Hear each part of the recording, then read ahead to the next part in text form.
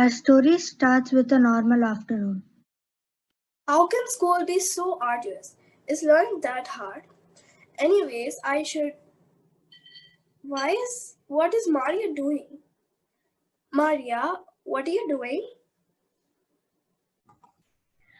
I'm just following your mother's orders. My mother told you to pack all of my things? I hope you're not lying. Don't you know that you're invading my privacy? I'm going to ask Mother if this is true. Why are you pointing towards this Oh, Mother, why is Maria going through all of my things? She is just packing your things. Packing my things? Did I do something wrong? Am I being sent away? Come downstairs with me. I shouldn't have used those words. Because of my ignorance, I would go to some callous school. I don't remember doing anything mischievous in the past few weeks. Am I being sent away? My parents won't do that. Why are you making a big fuss? I always told you that you need to respect Maria. Anyways, you don't have to worry. I did ask her to pack your things. But why? Am I being sent away? No, we're not sending you away. We're moving. You, Gretel, father, and I. But why can't we stay here? We're going to countryside. We can't stay here because of your father's job. You know how important it is? Yes, of course. Sometimes the person who employs asks them to go somewhere else because of a special job they need to do. And it's very important job. You understand that, right? Do we have to go? Of course we do. You don't want your father to be lonely over there, do you? I suppose not. But who is going to take care of the house when we're not here? I don't know, but we might come back to it. We have to leave it now. What about Cook, Lars, and Maria? Are they coming with us? They're coming with us. You should help Maria with the packings. How far is it? A mile away? It is more than a mile away, quite more than that, actually, and it is highly appreciated if you would not interrupt your mother when she's talking. More than a mile? We're leaving Berlin? What about school, and Carl, and Daniel, and Martin? You can make new friends. Leaving my 3 best friends for life? Does Mother understand how hard that is for me? We made so many plans for the summer. What plans? Well, that would be telling. I can't forget my friends, Mother. That's enough. Honestly, it was only last week you started complaining about how things were changed in this house. Well, I don't like that we have to turn all of the lights off during the night. Everyone has to do that to be safe. Now I need you to help Maria pack your belongings. We don't have enough time to pack, thanks to some people. What does she mean by some people? Was she talking about father? She must be. I wonder if there's a banister in the new house. That noise, it's coming from father's office. And mother went in there. They're probably arguing. Are my grandparents coming with us? Anyway, I should focus on helping Maria. At least it can't get worse than this. It does, according to him.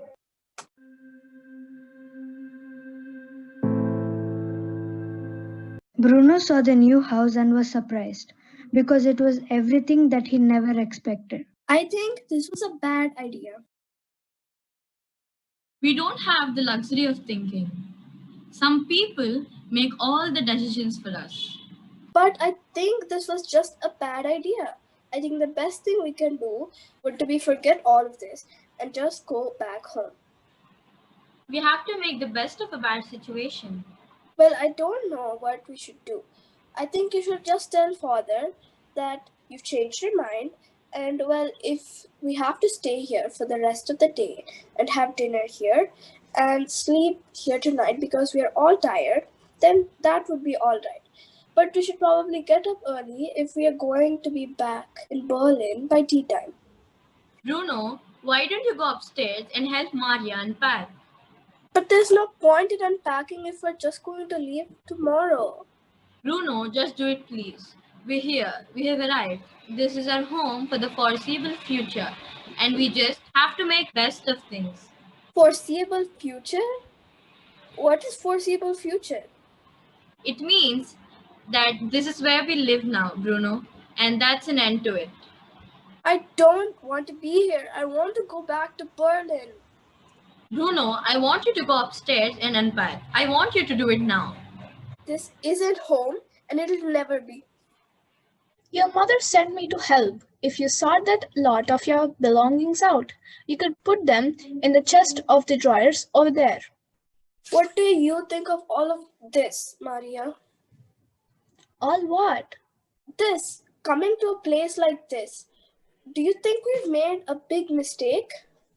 That's not for me to say, Master Bruno. Your mother has explained to you about your father's job and... Oh, I am tired of hearing of father's job. That's all we ever hear about. Father's job this and father's job that. Well, if father's job means that we have to move away from our house and the sliding banister and my three best friends for life, then I think father should think twice about his job. Don't you? Bruno heard a slight creak outside the room at his mother's and father's room, and a man that wasn't his father appeared, but he wore the same uniform. What was that? one of your father's soldiers, I suppose. We will get to know them in time. I don't like him. He looks too serious. Your father is very serious too. Yes, but he is father. Fathers are supposed to be serious. It doesn't matter whether greengrocers or teachers or chefs or commandants. And I don't think that man looked like a father, although he was serious. That's for sure. Well, they have very serious jobs, or so they think anyway. But if I was you, I had steer clear of the soldiers. I don't see what else to do other than that. I don't even think there's going to be anyone else to play with except Gretel. And what fun is that after all? She's a hopeless case. Bruno was about to cry when he noticed something opposite the door. He saw a window like which he saw in his old house in Berlin, but it wasn't as high. He walked slowly to the window, pressed his face against it, and saw what was out there, which startled him enough to open his mouth wide.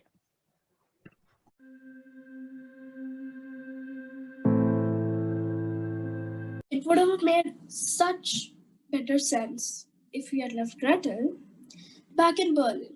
She would have looked after the house because she's nothing but trouble. Gretel is only 3 years older than me, and she has made it clear to me, as far as I can remember, when it came to the ways of the world, particularly any events within the world that concerned us, she was in charge. What are you doing here? Don't you know you don't enter a lady's room without knocking? You didn't bring all of your dolls with you, surely. Of course I did.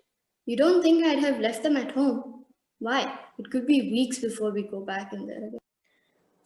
Weeks? You really think so? He said we would be here for the foreseeable future. What is the foreseeable future exactly? It means weeks from now, perhaps as long as the... That's all right then, as it's just the foreseeable future and not a month. I hate it here. I know what you mean. It's not very nice, is it? It's horrible. Well, yes, it is horrible right now, but once the house is smartened up a bit, it probably won't seem so bad. I heard father say that whoever lived here at Auschwitz before they lost their job very quickly and didn't have time to make the place nice for us. Out with? What's out with? Out with what? That's the name of the house, Auschwitz. I haven't seen any sign outside. There was no name for the house in Berlin as well. We just called it number 4. But what does that mean? Out with what? Out with the people who lived here before us, I expect. It must have to do something with the fact that he didn't do a very good job and someone said, out with him. And let's get a man who can do it right. You mean father? Of course.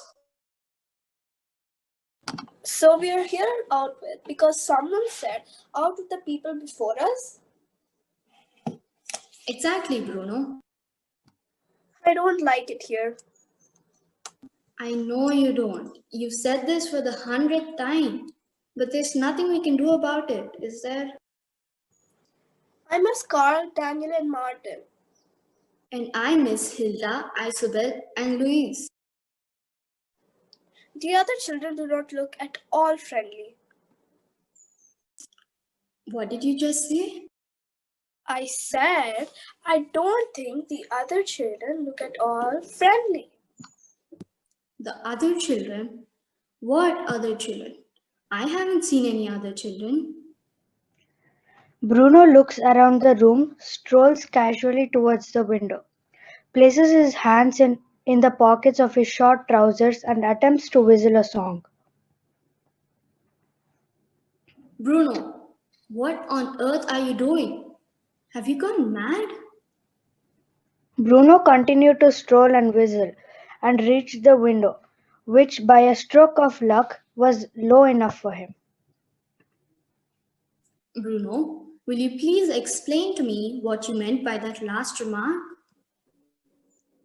What? There's a forest over there. Bruno, What? the other children, you said they don't look at all friendly. Well, they don't. But what other children? Where are they? Bruno, They're out there. Don't you want to see them? of course I do. Step out of the way then.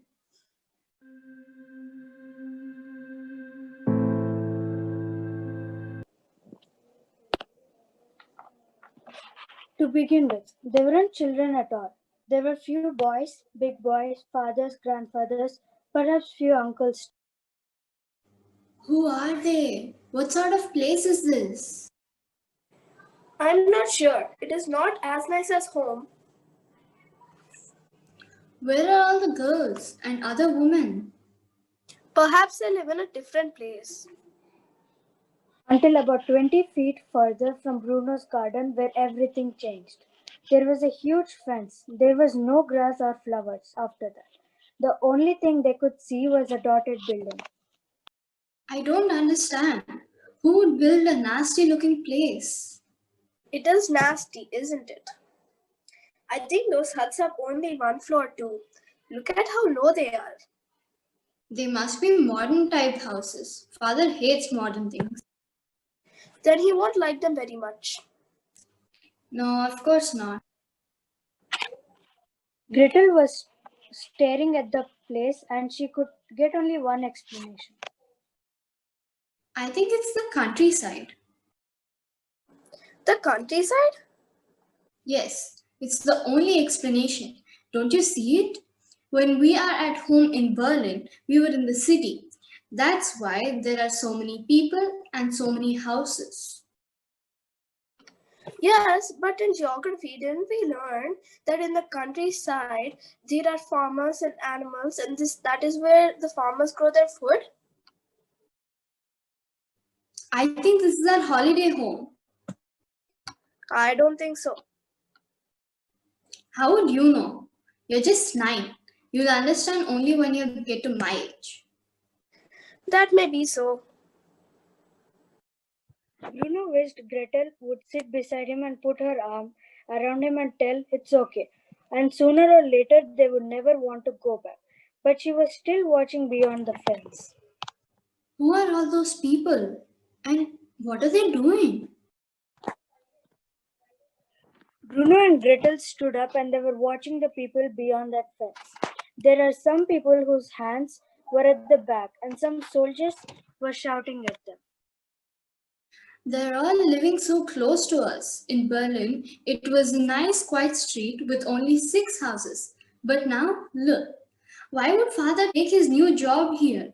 in such a nasty place like this with so many neighbors. All this doesn't make any sense. Look over there. Michael followed Bruno's direction of his finger. He was showing and saw some soldiers who were shouting at a group of children. It must be some kind of rehearsal. I told you I saw children there. But they're not the type of children I want to play with. They look filthy. It does look very dirty over there. They probably don't have baths. Don't be stupid. What kind of people don't have baths? I don't know. People who don't have access to water? I'm going back to my room to arrange the dolls. The view is much nicer there.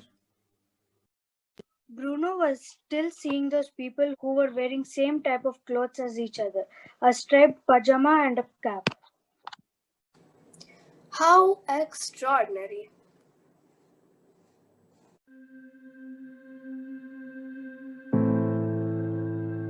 The house looks so empty after packing everything. Doesn't look like home at all. Looks like the car is here to pick us up. We should never let fury come to dinner. Oh, some people and their determination go ahead. Come on then, Bruno. Let's hope we get to come back here someday when all this is over. Yes, Mother. They arrived in Auschwitz. I don't see my father in outfit. Is he in my room? But will he allow me in? I don't know, but I should try. Enter. The rest of the house may be a little bit gloomy, and it may have hardly any possibilities for exploration. But this house is something else. This room is outstanding. Hi, Bruno. I was coming up to see you in a few minutes. I just had a meeting to finish and a letter to write. You got here safely then? Nice to meet you too, Father. And I did come here safely. Sit down. So, what do you think? What do I think? What do I think of what? Our new home. Do you like it? No, I think we should go home. Well, we are at home, Bruno. Auschwitz is our new home. But when can we go back to Berlin? We're not going to move back to Berlin. This is our home, and you have to be flexible about it. Why don't you like this house? I don't like it because this home isn't ours. A home is not something artificial. A home is where one's family is. Isn't that right? And our family is here, Bruno, at Auschwitz. Therefore, this must be our home. But grandfather and grandmother are in Berlin, and they're our family too. So this can't be our home. Yes, Bruno, they are. But you, your mother, your sister, and I are the most important people in our family. And this is where we live now, at Auschwitz. Now, don't look so unhappy about it. You haven't even given it a chance. I You might- don't like it here. Bruno, enough. I'm very considerate of your feelings. You have to understand that this is my work, important to our country, important to feel here. You'll understand someday. I have one question, Father. Who are those people outside? Those people. Well, they're not people at all. Well, they're not civilized people. Besides, you shouldn't care about them. They're not? Well, I think this means goodbye for now. Have a pleasant afternoon.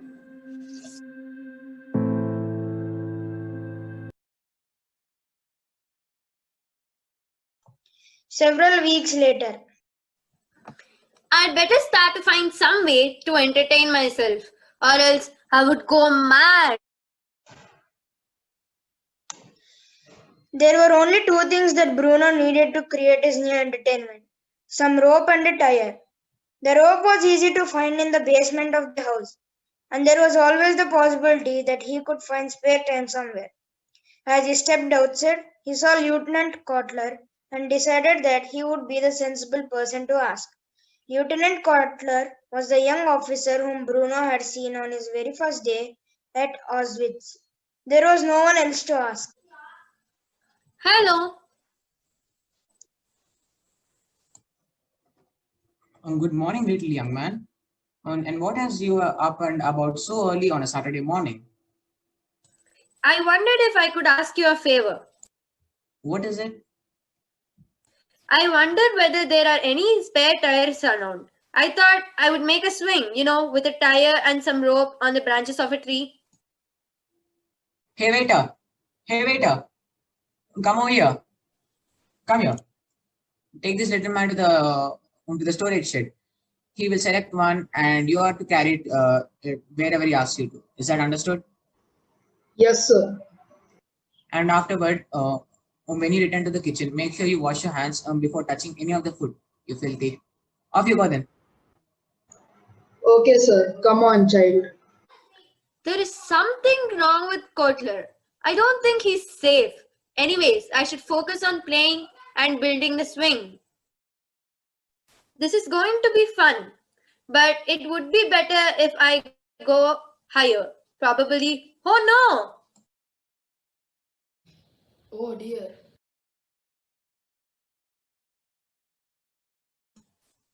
I don't know what happened. It looked safe. Where is mother? Your mother isn't here. Do you think my mother will take me to the doctor?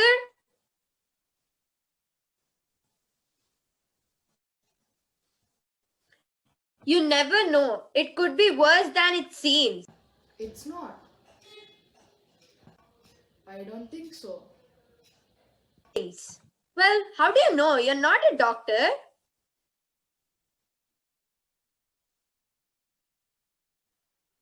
But I don't know if you're a doctor then or somewhere. Before I came here, I practiced as a doctor. When did you arrive at Outwith? Did you grow up here? But you said...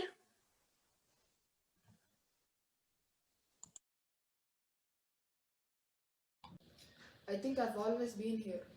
No, I didn't. But you just said... Bruno, what on earth happened to you? I made a swing and then I fell off it. And then the swing hit me on my head. And I nearly fainted. But Pavel came out and brought me in. And he cleaned it up and put a band-aid on me. Oh, thank you. Go to your room, Bruno.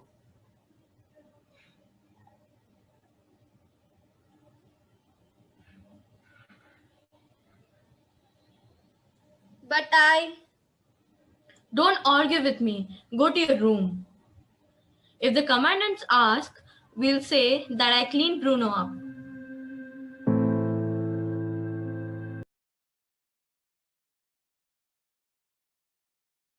Why aren't the people who wear the pyjamas invited to the dine, where the soldiers stay for supper? Mother and father have always loved the company of soldiers. I should look at that bench. It might help me in some way.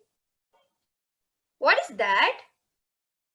Presented on the occasion of the opening of Outwith Camp, June 1940.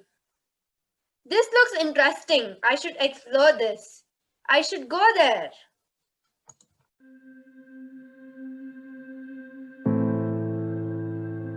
After walking for several miles along the fence, he started feeling hungry. And when he thought of returning home, he noticed a boy wearing a striped pajama and an armband with a star on it. What is that dot? That dot looks blue and small. There is a fence, but nothing can stop me from exploring. Is that a person? I think it is. Hello. Hello. I live in this house on this side of the fence. You do? I saw that house once from a distance. My room is on the first floor. I can see right over the fence from there. I am Bruno, by the way. I'm Shmuel. I've never heard of that name before. And I have never heard of your name too. Yes. I think I like your name. I have never met anyone called Shmuel before. There are dozens of Shmuels on this side of the fence. Hundreds probably. I wish I had a name all of my own. I have never met anyone called Bruno, other than me, of course. I think I might be only the one. And you're lucky, I suppose. I suppose I am. How old are you? I'm 9. My birthday is April the 15th, 1934. What did you say? I said my birthday is April the 15th, 1934. I don't believe it. Why not? No, I don't mean I don't believe you. I mean I'm surprised, that's all. Because my birthday is on April the 15th too. And was born in 1934. We were born on the same day. So you're 9 too? Yes, isn't it strange? Very strange. Because there may be dozens of Shmuels on this side of the fence, but I don't think that I've ever met anyone with the same birthday as me before. We're like twins. A little bit. Do you have many friends? Oh, yes. Well, sort of. Close friends? No, not much. But there are a lot of us, boys our age, I mean, on this side of the fence. We fight a lot of the time though. That's why I come out here, to be on my own. It's so unfair. I don't see why I have to be stuck over here on this side of the fence where there is no one to talk and no one to play with.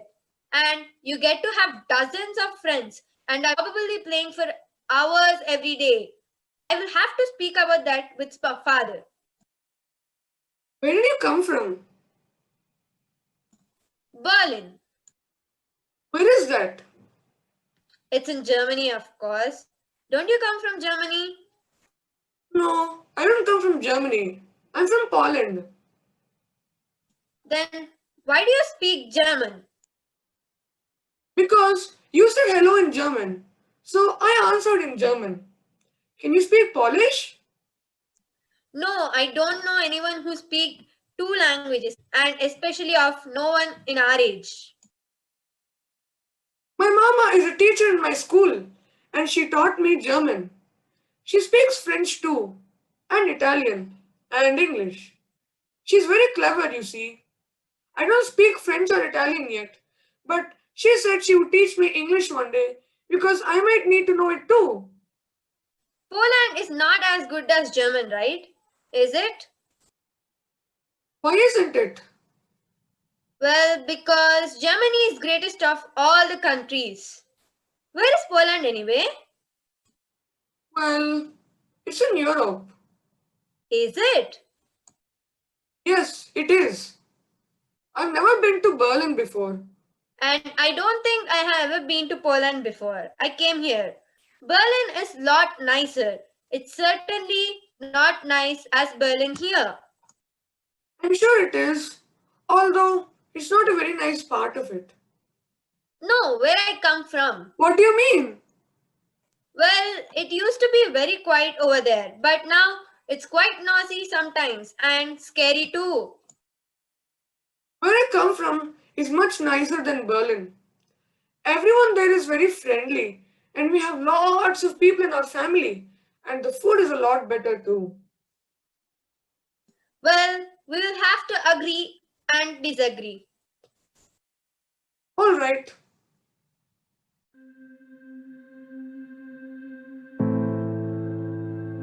Just after father received the new uniform, which meant that everyone had to call him commandant, and just before I came home to find Maria packing up his things, father came home one evening in a great state of excitement. and marched into the living room where Mother, I, and Gretel were sitting and reading our books.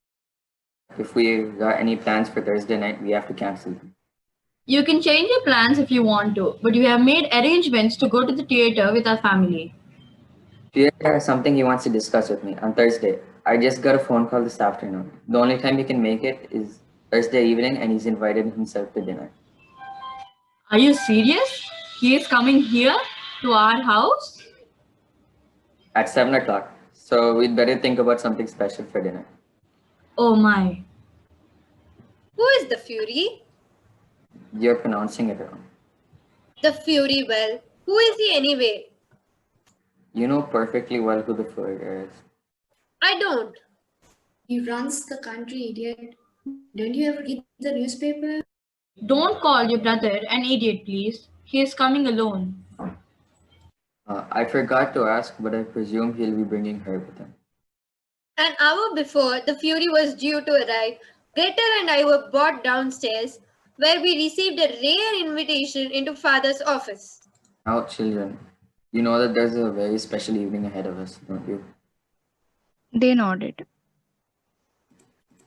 And that it is very important for my career that tonight goes well. They nodded again. So there are several ground rules which need to be set down. Number one, when Fury arrives, you will stand in the hall quietly and prepare to greet him. You will not speak until your speaks to you, and then you will reply in a clear tone. Is that understood? Yes, Father. That's exactly the type of thing we don't want. You open your mouth and you speak like an adult. If the Fury ignores you, then you do not say anything either, but you look directly ahead and show him with the respect that such a great leader deserves. Of course, Father. And when Mother and I are at dinner with the Fuhrer, you are both to remain in your rooms very quietly. Is that understood? Bruno and Gretel nodded, and father stood up to indicate that this meeting was at end. Then the ground rooms are established. The bell rang, and Bruno's father opened the door. Two people stood outside, a rather small man and a taller woman. Bruno's father saluted them and ushered them inside, while Maria, her head bowed down even lower than usual, took their coats and introductions were made. The Fury was far shorter than Father, and not, I supposed, quite as strong. He had dark hair and a tiny moustache. The woman standing beside him, however, was quite the beautiful woman. She had a blonde hair and very red lips. And while the Fury spoke to woman, she looked at me and smiled. And these are my children, Gretel and Bruno. And which is which? What charming children. How old are they? I'm 12 years old, but he's only 9, and I can speak French too. Yes, but why would you want to? I can speak French too. French is a beautiful language, and you are very clever to be learning it. And now she started to walk away from them. Gretel walked towards the stairs, but Bruno stayed rooted to the ground, watching the blonde woman until she caught his eye again and waved him. Just as father appeared and closed the doors, from which Bruno understood that it was time to him to go to his room. The Fury and Eva stayed for 2 hours. I watched them to leave. Later that night, I overheard snippets of mother and father's conversation. Their voices were unusually loud, and I could only make few fragments out of them. Mother was saying, to live Berlin and for such a place. Father was saying, no choice, at least not if we want to continue. Mother said, as if it's the most natural thing in the world, and it's not. It's just not. Father said, what would happen is I would be taken away and treated like. And mother said, accept them to grow in a place like that. Father said, and that's an end of the matter. I don't want to hear any word on this subject. That must have been the end of the conversation because mother left father's office and then I fell asleep.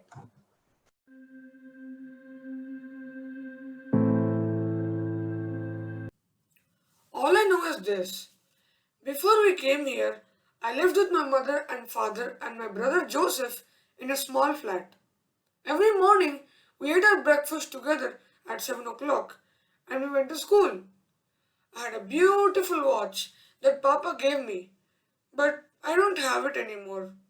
It had a golden face, and I wound it up every night before I went to sleep, and it always told the right time. What happened to it? They took it away from me. Who? The soldiers, of course. And then one day, things started to change. I came home from school, and my mother was making armbands for us from a special cloth and drawing a star on each one, like this.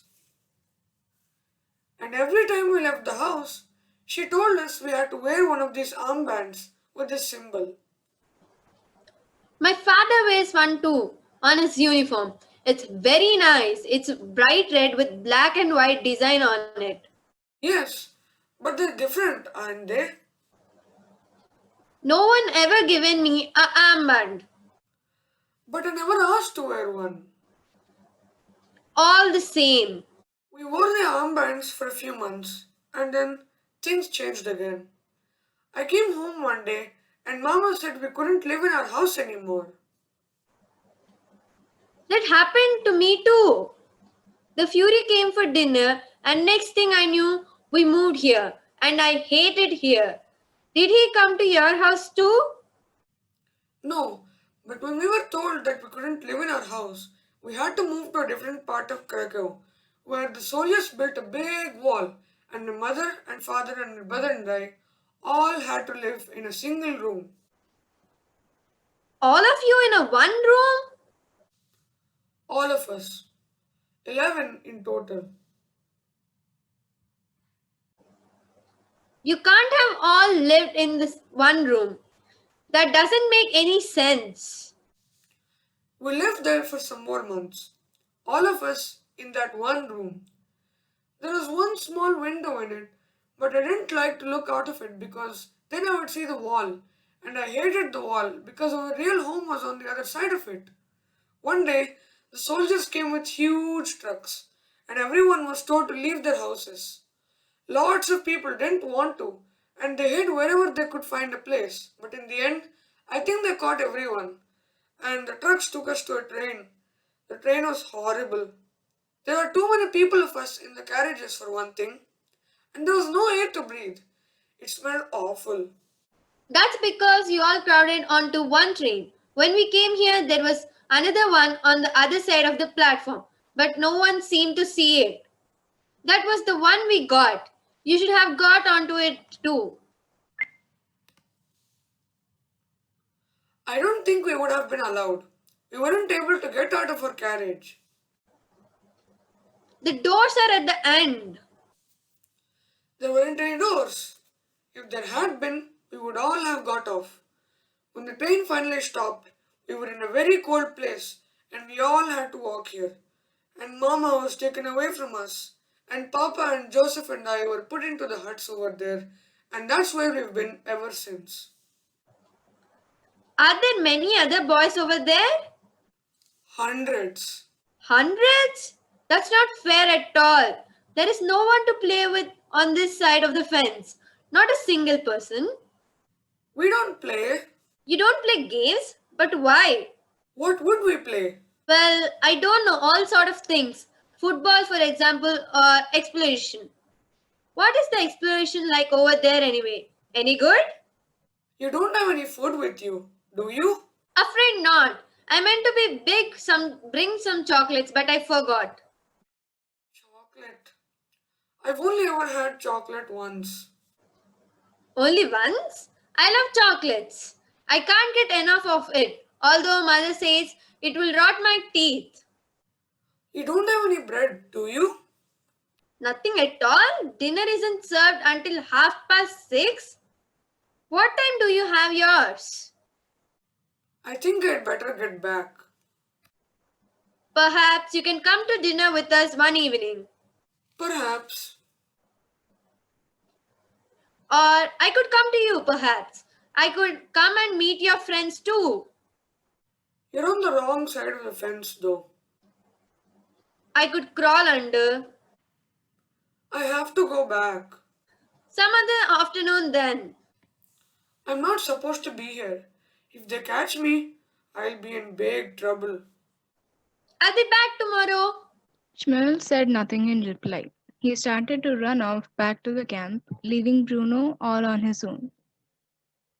Bruno decided that was more than enough exploration for one day, and he set off home, excited about what had happened and wanting to tell everybody about his adventure that afternoon and his friend. But he started to think that that might not be a good idea.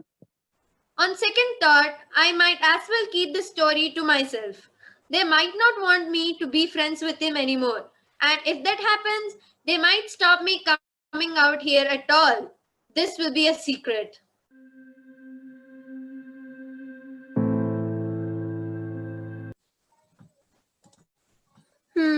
Looks like I won't see Carl, Daniel, and Martin anytime soon. As time passed, it became clear to Bruno that he wouldn't be going back to Berlin for the foreseeable future. However, later onwards, he started getting used to Auschwitz and stopped feeling quite so unhappy with his new life. Bruno could meet his new French mule during the afternoons after his classes. One afternoon, as he was filling his pockets with some bread and cheese, Maria came in and saw what he was doing. Are you eating again? You just had your lunch. Are you still hungry? A little. I am going for a walk and thought I might get peckish on the way. A question came into Bruno's mind that was bothering him. He thought that was the perfect time to ask the perfect person about it. Maria, can I ask you something? Of course, Master Bruno. Will you promise me that you won't tell anyone I asked this? Alright, what is it about? It's about Pavel. Do you know him? Yes, I have spoken to him on many occasions. Why do you ask? Well, do you remember soon after we got here, I got injured? Yes. It is not hurting you again, is it? No, it's not that. When I hurt my knee, Pavel was the only grown up around, and he washed and cleaned it.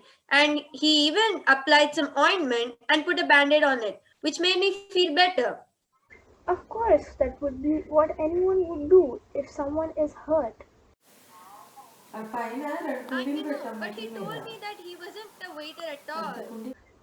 I see. What did he say he was? A doctor? That doesn't seem right, does it? He's not a doctor. He's a waiter. I knew it, but why did he lie to me? Pierre is not a doctor anymore, Bruno. But he was one in another life before he came here. I don't understand. Why isn't he on still?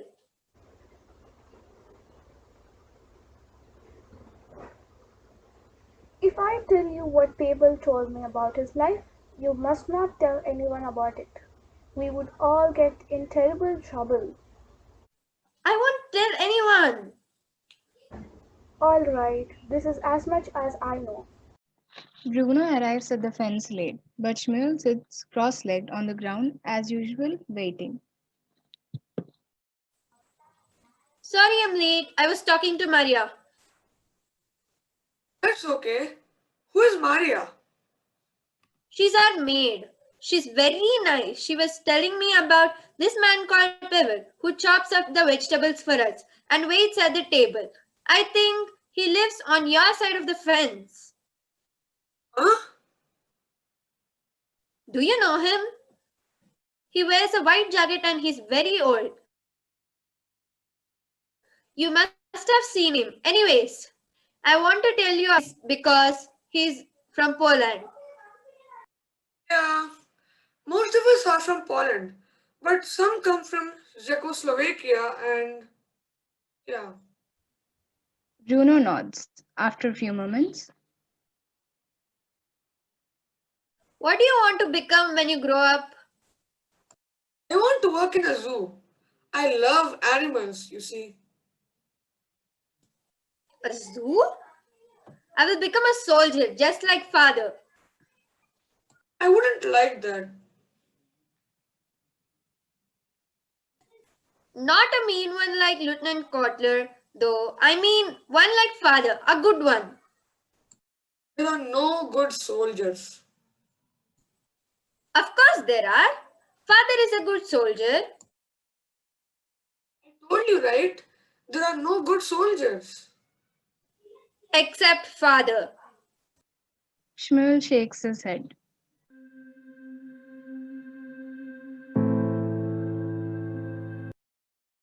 For several weeks after this, Bruno continued to leave the house to meet Shmuel after his classes were over and mother was having an afternoon nap. What is wrong with your eye? I don't want to talk about it. Bruno just assumed that there were bullies everywhere but couldn't think of a way to make it better. He could tell that Shmuel wanted to pretend it never happened.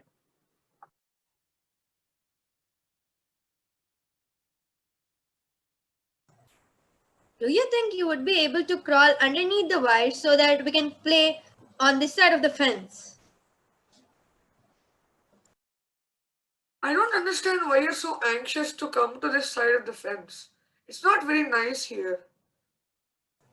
You haven't tried living in my house. For one thing, it does not have 5 floors. It only has 3 floors. How can someone live in such a small house? He had forgotten Shmuel's story about 11 people living in the same room before he came to Auschwitz. One day, Why do you and all others on your side of fence wear the same type of striped pajamas? They gave us these when we came here. They took away all of our clothes. But don't you ever feel like wearing something different? Shmuel doesn't answer. A few days later, it's raining heavily. It rained throughout the whole day. It was a bad news for Bruno as he couldn't meet Shmuel. That afternoon, he was reading a book. Gretel comes in. What do you want? I'm reading. That's a nice welcome. What are you reading? This. Boring. Ugh, I've got nothing to do. I hate the rain. I hate rain too. I should be with Shimul by now. With who? What's that? Who did you say you should be with? I couldn't quite hear you. What did you ask? Who did you say you should be with? I never said anything like that. Yes, you did, Bruno. Who is it? There's nobody here to play with, is there? I have a new friend. I see him every day. He will be waiting for me now. But you must not tell anyone. Why? Because he's an imaginary friend. We play together every day. Aren't you a little too old for that stuff? Bruno thinks of all the most embarrassing moments he had had to act ashamed and embarrassed. Honestly, Bruno, you're a hopeless case. Bruno secretly smiles.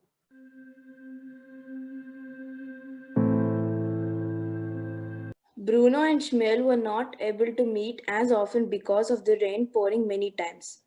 A few times they met during this time, Bruno grew worrisome of Shmuel because he was getting thinner every day.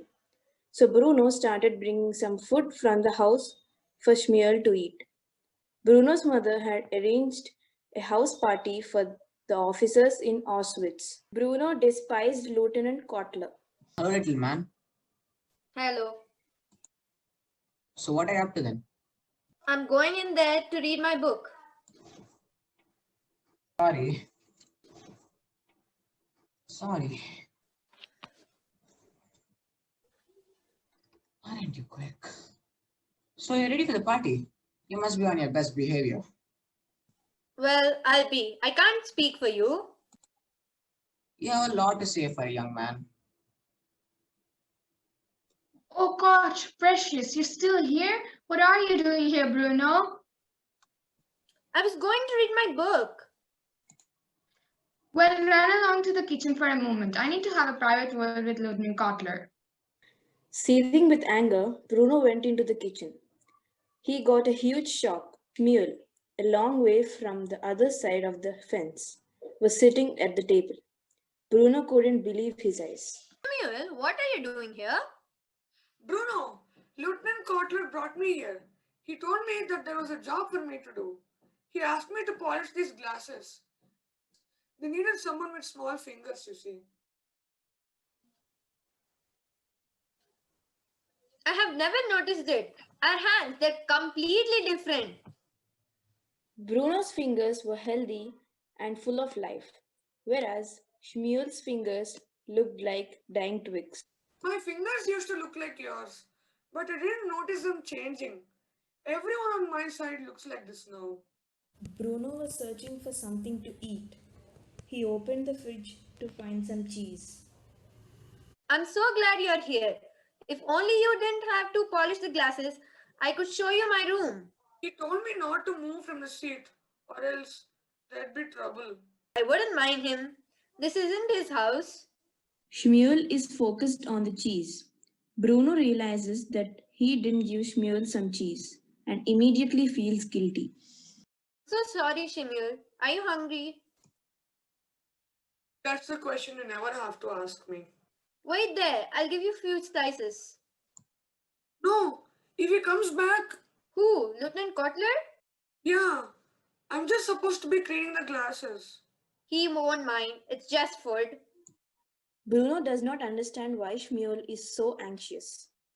I can't. He'll come back. Here, Shimul, just eat them. You don't need to worry. There are loads left. Shmuel stares at the food, looking at Bruno, and gobbles up all 3 slices at once. You'll get sick. Don't eat them too fast. It's not a problem, Bruno. Thank you so much. What are you doing? I told you to polish the glasses. Who told you that you were allowed to talk in the house? How dare you disobey me? I'm so sorry, sir. Have you been eating? You have been eating? Did you steal something from the fridge? Answer me. No, sir. He gave it to me. He's my friend. Do you know this boy? Answer me, Bruno. Do you know him? He was there in kitchen when I came here. I won't ask you a third time. Do you know this boy? No, I have never seen him in my entire... You complete polishing all of the glasses. And then when I take you to the camp, and we'll have a discussion about what happens to boy who steals. Understood? Yes, sir. Bruno was deeply ashamed for what he had done. He could not believe that he had behaved so cruelly. His stomach churned at the thought. Every afternoon that followed, Shmuel was never there at the fence. After almost a week, Bruno was convinced that his mistake was terrible and unforgivable. But on the 7th day, he was delighted to see Shmuel, sitting cross-legged on the ground as usual. Shmuel, I'm really sorry for what happened. I really didn't know why I did that. Please forgive me. It's all right. What happened to you? Are you alright? Is it hurting? I don't feel it anymore. Are you sure? Yes, Bruno. Anyways, I'm really sorry for the last week. I hate Lieutenant Kotler. I can't believe I didn't tell him the truth. I let you down, Shmuel. I'm ashamed of myself. That's okay. Bruno knows that he was forgiven.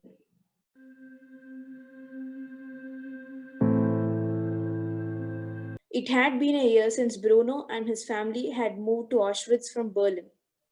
He had met his friend Shmuel. His mother and father were much more cheerful than before, and Lieutenant Kotler had been transferred out from Auschwitz. Bruno sits opposite to Shmuel one day, at their usual location, and the two have a conversation. This is the strangest friendship I've ever had. Why? Because every other boy I've been friends with has been someone I could play with. And all we get to do is just sit and talk. I like sitting here and talking. Well, I do too, of course. But it's a pity that we can't do anything else than sitting and talking. I mean, we could play football or explore the place, but this wire fence is dividing us. I made comments like this because I feel bad about the incident where I denied friendship with Shmuel, and I want to pretend that the incident had never occurred. I continued to think about the other side of the fence, and I wanted to talk to my parents about it, but I was worried that they might get mad at me for this. I could express my opinions to Gretel pretty well, so I think I should talk about this to Gretel. He knocks on the door before he goes in because he doesn't want Greta getting mad at him. Gretel, can I ask you something? What do you want? I want to know about the fence. I want to know why it's here. You mean you don't know? No, I don't understand why we're not allowed on the other side of it. What's wrong with us that we can't go over there and play? Bruno, the fence isn't there to stop us from going there. It's to stop them from coming. But why?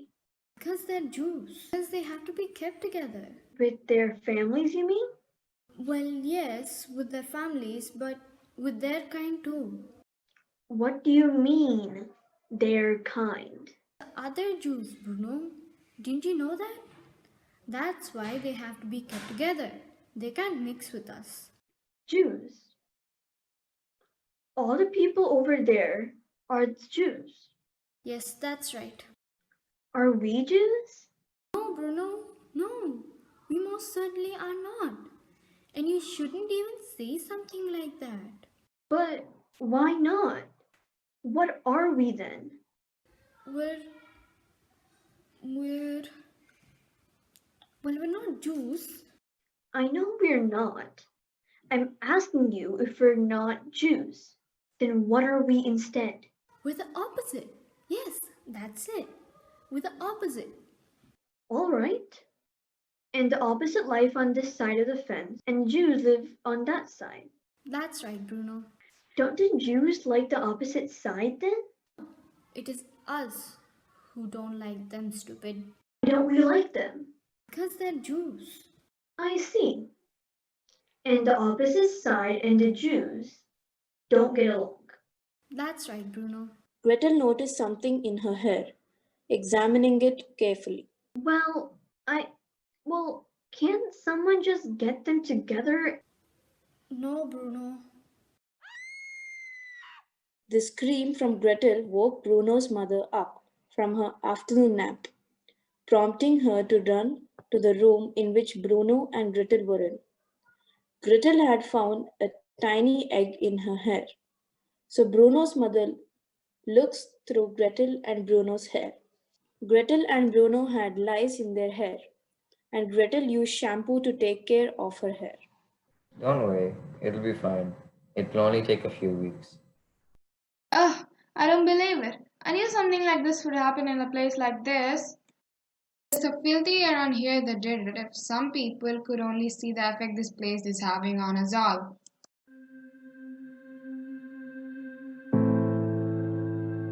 Bruno's mother thought Auschwitz was atrocious. Because of this, she stormed towards her husband's office. They argued for a significant amount of time. Bruno passes by his father's office when he overhears a conversation between his mother and father, and they were talking loudly. So he eavesdrops on their conversation. It's horrible, just horrible. I can't stand it anymore. We don't have any choice. This is our assignment and This is your assignment. Your assignment, not ours. You stay if you want to. And what will people think if I permit you and the children to return to Berlin without me? They will ask questions about my commitment to the work here. Work? You call this work? The voices were getting much closer to the door, so Bruno ran upstairs before he could get caught. Even though he had not heard the whole conversation, He had heard enough to understand that they were considering going back to Berlin, and he was confused about how to feel. I love life in Berlin, but I got used to the life in Auschwitz. Everything was back to normal for a few weeks. But one day, father called Bruno and Gretel into his office and notified them about changes that were going to happen. Sit down, children. We've decided to make a few changes. Tell me this, are you happy here?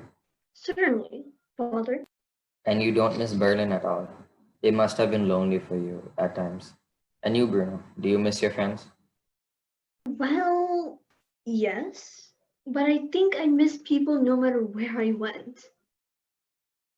But would you go back to Berlin if the chance was there? All of us? Mother and Gretel and you, back in our old house in Berlin. Would you like that? Well, I wouldn't like it if you weren't there. So you prefer to stay here with me? I prefer all four of us to stay together, whether that was in Berlin or Outwit. Well, for the moment, I'm afraid that's going to be impossible.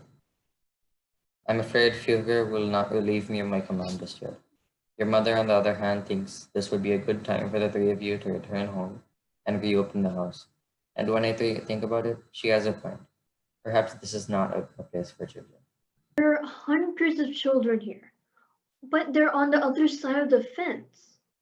What do you mean there are hundreds of children over there? What do you know of what goes on over there? I can see them from my bedroom window. They're very far away from our house, but it looks like there are hundreds of children there. And every single child is wearing a striped pajama. The striped pajamas, yes. And you've been watching her, have you? Well, I've seen them, and I'm not sure that's the same thing. Very good, Bruno. And you're right. It's not quite the same thing. You've been here long enough as it is. It's time for you to go home. This decision was made. The house would be refurbished, and Bruno, Gretel, and their mother would be returning to Berlin within that week.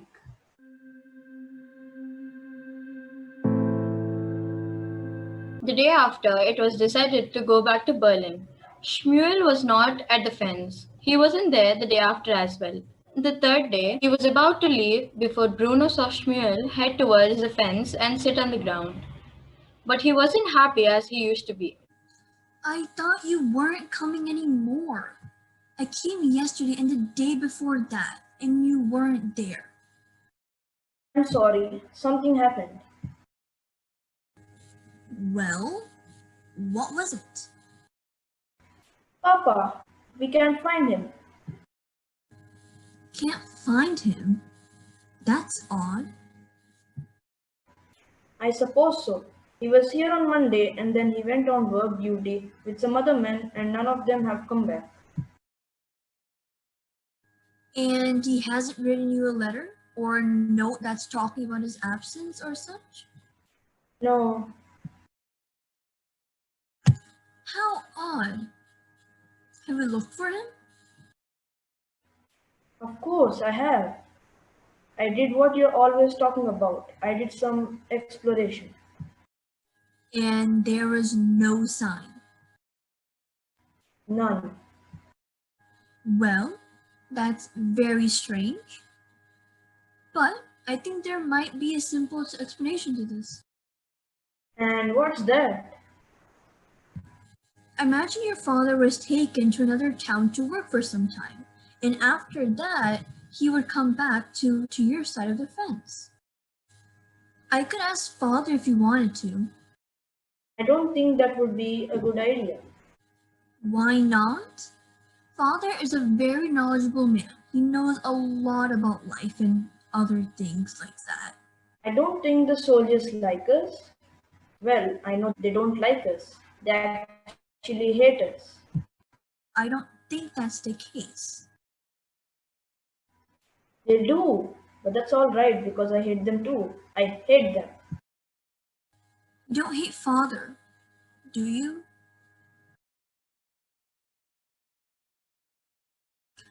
Anyways, I have something to tell you too. You do? Yes, I'm going back to Berlin. When? Well, this is Thursday and we're leaving on Saturday after lunch. But for how long? I think it's forever. Mom doesn't like it outright. She says it's no place to bring up two children. So, father is staying here to work, but Fury has big things in mind for him. The rest of us are going back home. You could come on a holiday to Berlin. You can't stay here forever after all, can you? I suppose not. I won't have anyone to talk to anymore when you're gone. I wish we'd got to play together. Just once. Just remember. So do I. To each other for more than a year, and we never got to play once. And you know what else? All this time I've been watching where you live from my bedroom window, and I've never seen for myself what it's like. You wouldn't like it. Yours is much better. I'd still like to see it though. Well, why don't you then? I don't think I'll be allowed there. Well, you're probably not allowed to come here and talk to me every day either.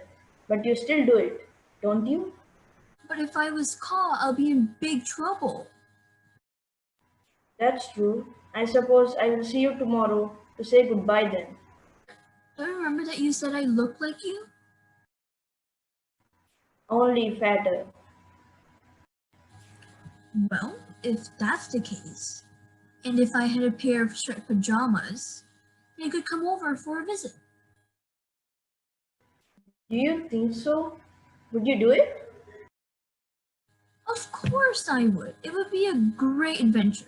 Our final adventure. I could do some exploring at last. And you could help me look for Papa. Why not? We'll take a walk around and see whether we can find any evidence. That's always wise when you're exploring. The only problem is getting a spare pair of striped pajamas. That's all right. There's a hut where they keep them. I can get some in my size and bring them with me. Then you can change and we can look for Papa. Wonderful. Then it's a plan.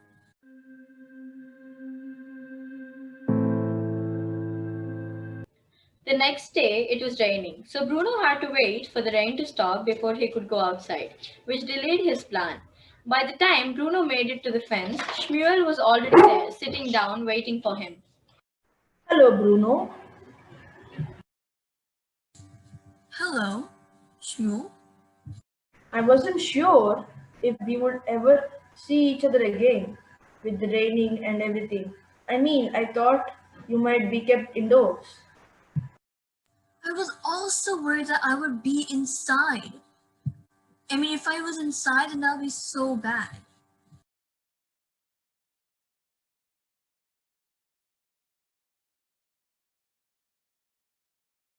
When was this washed? I don't know if it's ever been washed. You will have to leave them behind too. But the mud! You can't expect me to go there barefoot. You will be recognized otherwise. You don't have any other choice.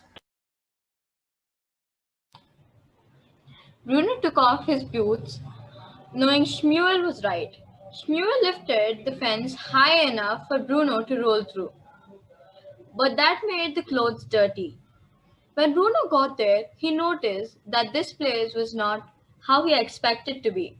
Some soldiers were happy and laughing, but the others wearing striped pyjamas were miserable, a lot of whom seemed to be not moving, looking up at the stars as if they were asleep. I don't think I like it here. Neither do I. I think I ought to go home. But what about Papa? You said you would help me find him. All right, but where should we look? You said we would need to find evidence? Evidence. Yes, you're right. Let's start looking. Shmuel and Bruno scoured the camp for evidence for an hour and a half, but find none.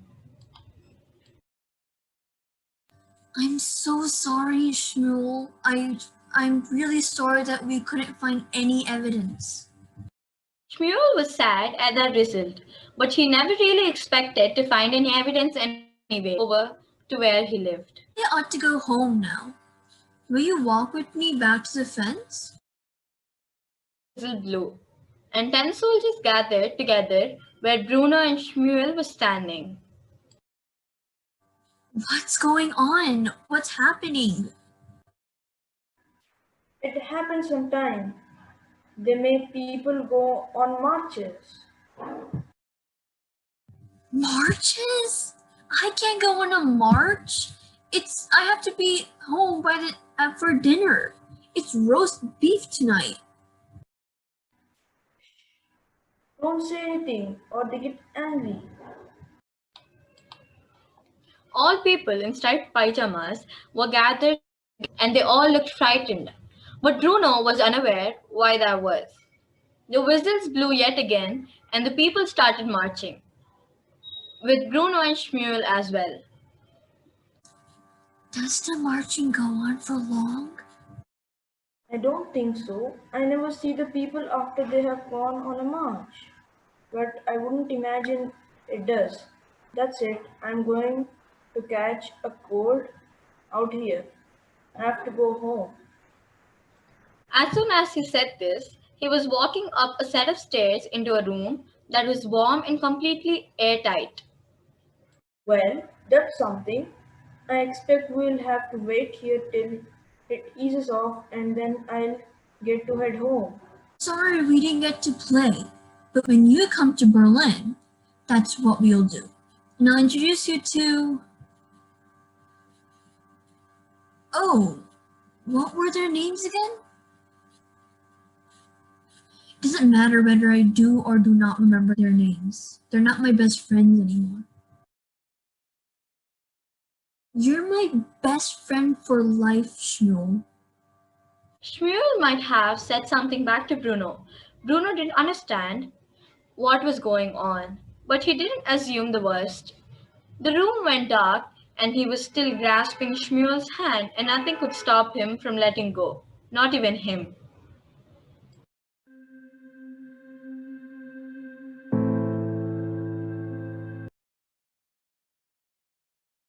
Where is Bruno? He will come. Don't worry. Are you sure? Yes. And Bruno was never to be heard from again. Many days later, after the soldiers had all searched and inquired about Bruno in the local towns and villages, and one soldier stumbled upon the clothes and boots lying near the fence. Mother did not return to Berlin quite as quickly as she had hoped. She stayed it out for several months until one day, quite suddenly, Gretel returned to Berlin with mother and spent a lot of time alone in a room crying because she missed Bruno a lot. A few months after that, some soldiers came to out with, and father was ordered to go with him, and he went without complaint, and he was happy to do so because he didn't really mind what they did to him anymore. And that's the end of the story about Bruno and his family. Of course, all this happened a long time ago, and nothing like that could ever happen again. Not this day and age.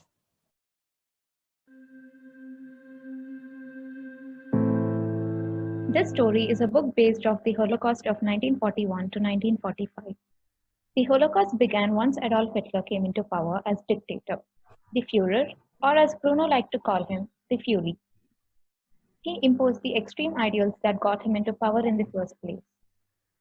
He followed anti-Semitism, the hate of Jews, and used it as a political strategy.